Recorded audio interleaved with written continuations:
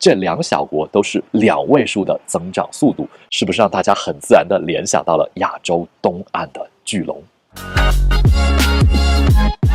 嗨，大家好，我是独立离岸顾问 Sean， 关注我，让你全球都有人。亚美尼亚和格鲁吉亚这2个高加索的宝藏国家，是不是让大家记忆犹新？这2个经济高速成长的新兴国家，就像是2个刚被发现的香饽饽，正在吸引着越来越多的投资、旅居和移民方面的探险家们。随着咨询我们亚美尼亚永居项目的伙伴们越来越多，一个新的问题也浮出了水面：亚美尼亚和格鲁吉亚这2个高度近似的国家，我们到底该怎么选？别着急，接下来咱们就来一场亚美尼亚 vs 格鲁吉亚的高加索之巅的最强对决。从自然人文环境到生活旅居成本，从投资创业选择到旅居移民方面的政策，我们将会全方位无死角的给大家来解剖这2个国家的优缺点，保证让你在选择新家园的时候心里有底，避免踩坑。准备好来一场高加索地区的大冒险了吗？那就系好安全带，跟我一起起飞吧！正式对比这2个国家之前，我们先总结他们的共同点。从地理上来看，这2个都位于亚欧大陆2大洲交界处的高加索地区，都是只有中国海南岛那么大的小不点儿国家。从文化上来说，2国都是基督教文化传承国，都因为曾被苏联统治，与东欧文化一脉相承。从吃喝玩乐上来说，这2国都为世界葡萄酒的起源地争得不亦乐乎。从社会治安上来说，这2国都是全世界最安全的国家之一。但是当我亲身来到这2国游历，我发现这2国又是如此的不同。且听我一一分享。 Let's get into it。 1. 人文体验。先瞧瞧格鲁吉亚。宗教方面，它是个东正教小迷妹，85%的格鲁吉亚居民都信仰东正教。语言嘛，格鲁吉亚就像它的国土一样独一无二，是世界上为数不多独立语系之一，听起来像在唱歌一样。而亚美尼亚，它更是世界上第一个将基督教定为国教的国家，92%的人都笃信基督教。语言方面，亚美尼亚语可是有着3000多年历史，比很多国家的年龄都要大。别看2国挨得可近了，但2国的人种可不一样。格鲁吉亚属于高加索人种，是地地道道的高加索土著，而亚美尼亚人则和希腊人同宗同源，属于地中海人种。人种的不同导致语言差异也很大。在我看来，这2国文字都是蝌蚪，差不多。但是我专门让2国人民看对方的文字，他们都说有着天壤之别。而2国人文方面最显著的不一样，就在于与邻国关系的不同。你要是问格鲁吉亚人你最讨厌哪个国家，几乎毫无二致，你将得到一致的答案：俄罗斯。毕竟格鲁吉亚目前有类似于2个省的地区都被俄罗斯武力强占，并且单方面宣布独立。这点很像今天的乌克兰，所以你在格鲁吉亚各大城市的街头都可以看到这样的旗帜和标语。而在亚美尼亚，毫无疑问是土耳其和阿塞拜疆2国。亚美尼亚至今与这2个国家的陆路边境都是完全关闭的，毕竟在奥斯曼土耳其统治期间，亚美尼亚种族灭绝大屠杀依然历历在目。如果你有机会去亚美尼亚首都埃里温的亚美尼亚种族屠杀纪念馆，你会看到这样血淋淋的图片。所以各位文化探险家们，你是想去格鲁吉亚听听天籁之音，还是想去亚美尼亚感受活着的古文明？是想跟格鲁吉亚人一起嗨翻天，还是和亚美尼亚人下棋冥想人生？不管你选择哪个，保证都会让你大开眼界，直呼高加索真是个宝藏地方。2. 旅居环境。各位高加索探险家们，准备好来一场跨国生活大比拼了吗？咱们这就从亚美尼亚的首都埃里温一直到格鲁吉亚的首都第比利斯，看看这2个袖珍王国到底有多少花样。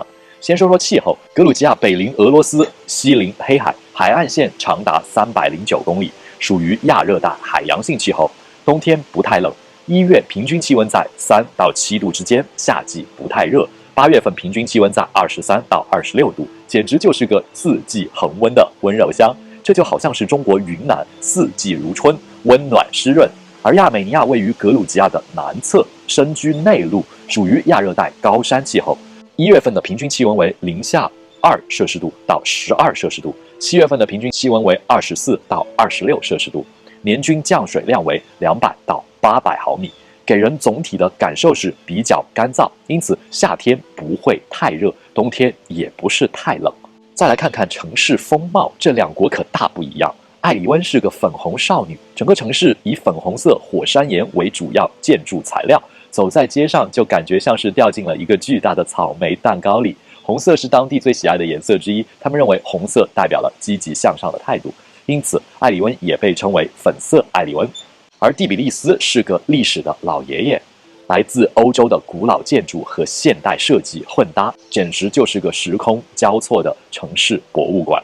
再说说物价，这两国的物价水平都属于中等偏低的水平，两国在不同商品的物价上又各有千秋。农产品，特别是各类水果方面，我的亲身体验是亚美尼亚比较便宜，特别是当地盛产的水果，比如说葡萄、杏子、桃子等等。而在工业品方面，由于格鲁吉亚拥有像是巴统这样的黑海港口，物流上更占优势，所以进口的工业制成品乃至各种进口商品的价格都更有优势。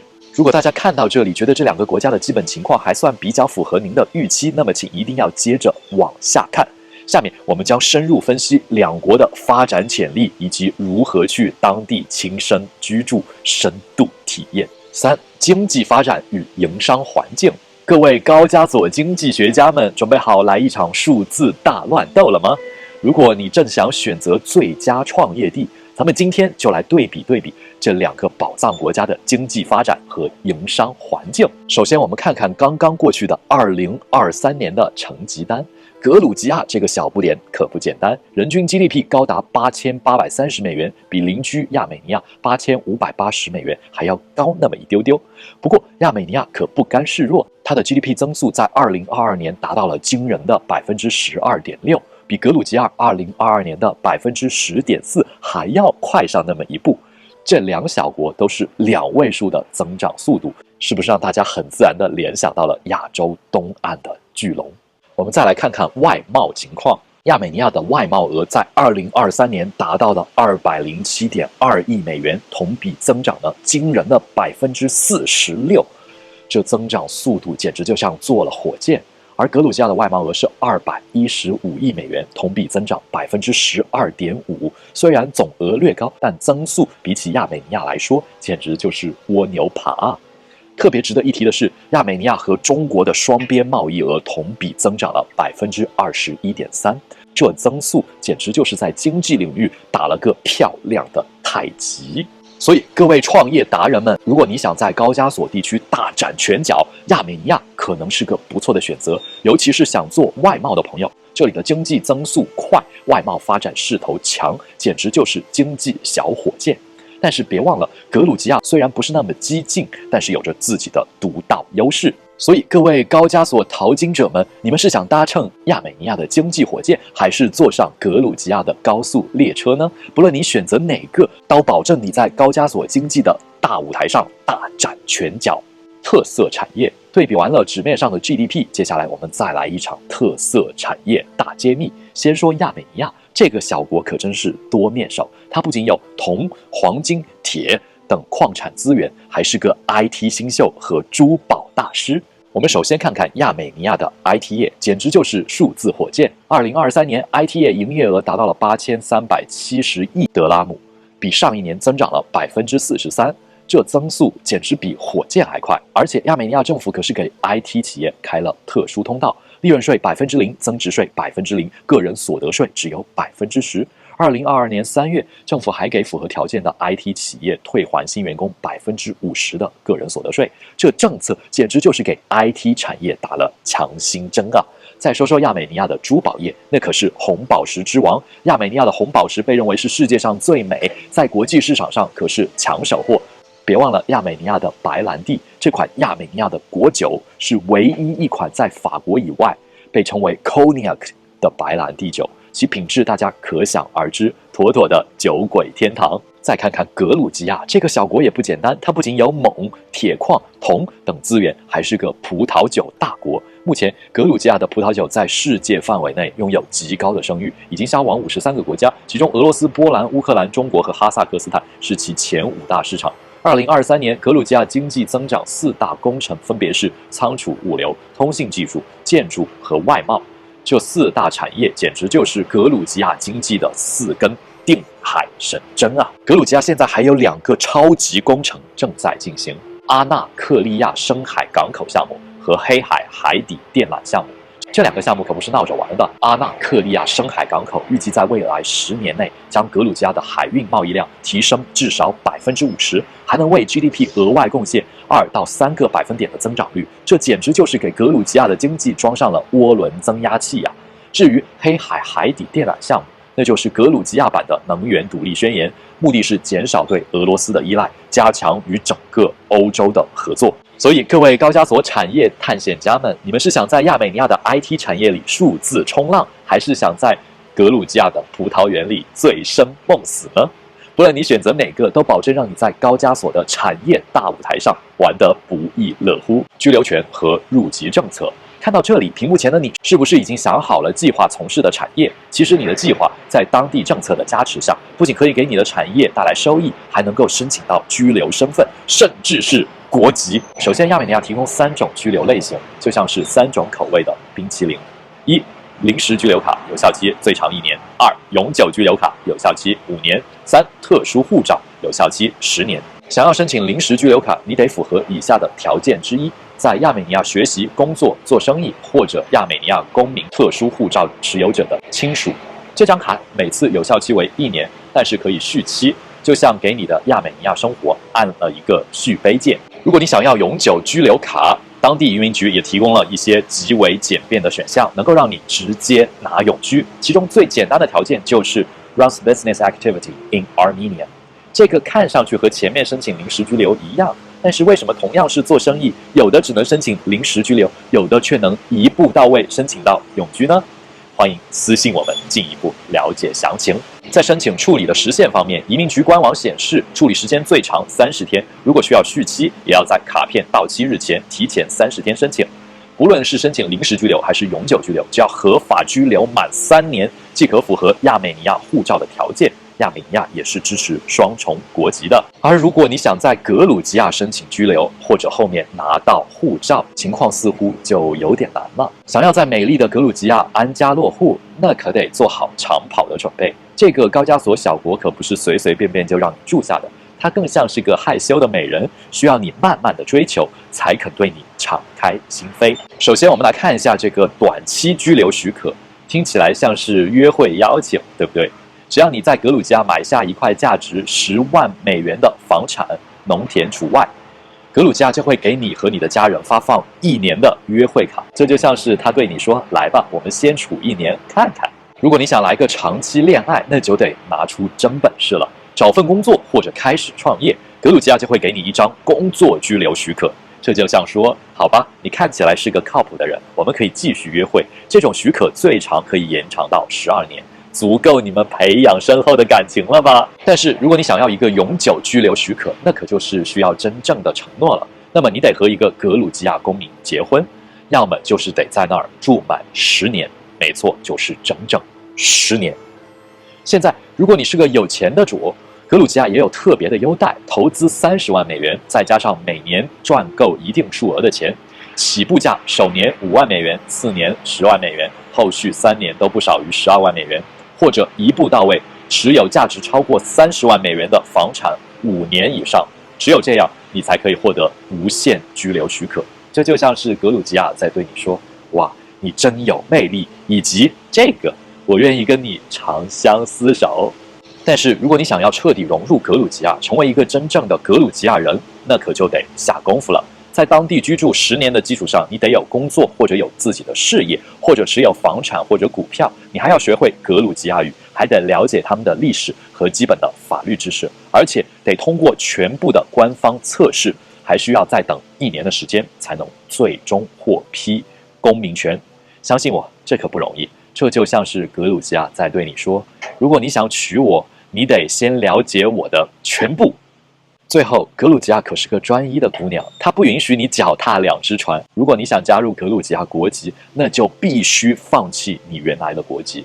相比之下，亚美尼亚取得居留身份，不论是邻居还是永久居留，都比它的邻国格鲁吉亚更为容易。而且，亚美尼亚对双重国籍的友好，也给我们全球人充分的自由。移民旅居、国际教育、无国界生活方式设计规划，每一样都是护照越多越好嘛。对了，这2个国家都有加入欧盟的大趋势，毫无疑问，他们的未来是非常值得关注和真金白银来投资的。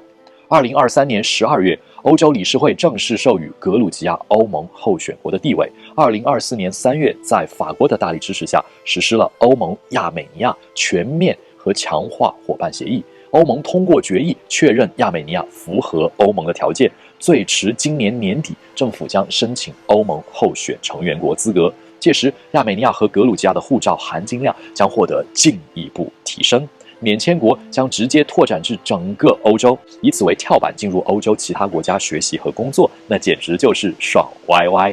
视频创作不易，如果您觉得以上内容对您有用，还希望您可以花个最多0.4秒的时间给本视频点个赞，这将是我们持续推出更多好内容的根本动力。